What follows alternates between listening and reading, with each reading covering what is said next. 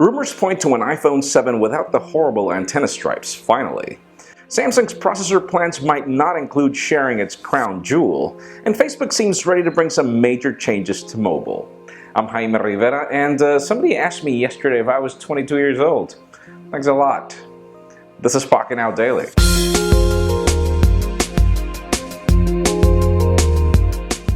The official news today begin with AT&T as the company continues to improve its spectrum up to the point where it just announced it reached a major milestone with its voice over LTE service. As the company is now not only testing it between its own phones, but apparently it's also doing it cross-carrier and doing it in particular areas, even though people don't really know which areas or who is actually being part of this test.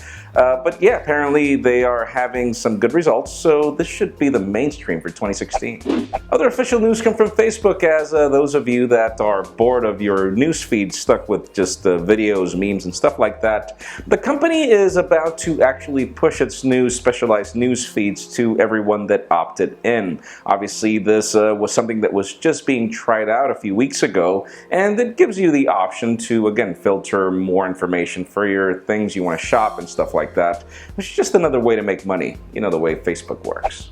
And even though Samsung's major selling point for the Galaxy S7, in addition to keeping this year's design, is its 8890 processor, which will be launched alongside the new Snapdragon 820 variant that they'll have. But for those of you that thought that Samsung was going to be in the business of selling the 8890, it seems that it won't. Apparently there is this 8870 processor, which is built on the same architecture, but has lower clock speeds, and that is going to be the processor that Samsung is going to be selling to third-party OEMs, because that's just the way Sammy can compete, right? And speaking of Samsung, the company is famous for its patents, particularly because some of these actually make it to products, and a patent that was filed back in June is actually of the Samsung Galaxy Ring, I guess. That's probably going to be the name. And if you're wondering exactly what is the whole point of having a wearable, you know, a ring, we've seen smart rings in the past, in attempts at least. Companies haven't actually been able to launch any of this, but the idea here is that you tap your ring to the display and it'll give you a special UI. So you can only imagine how many smash displays we'll have by these rings. Let's just see what we get.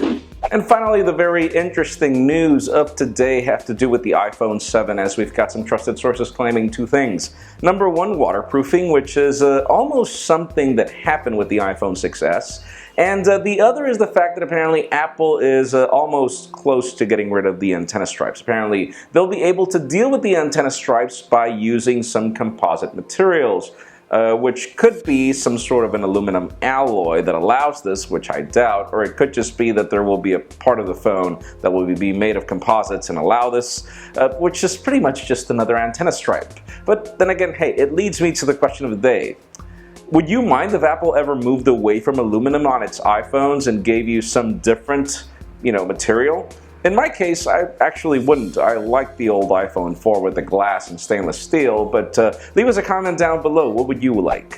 Friends, as always, you know the drill. If you want to get the news earlier before this video is filmed, make sure you follow us on Pocketnow.com and subscribe to our YouTube channel as well. You can follow me on Twitter, Jaime_Rivera, or on Instagram at Jaime Rivera. Please give this video a thumbs up if you like what you saw. I am Jaime Rivera. Thank you very much for watching. We'll see you tomorrow.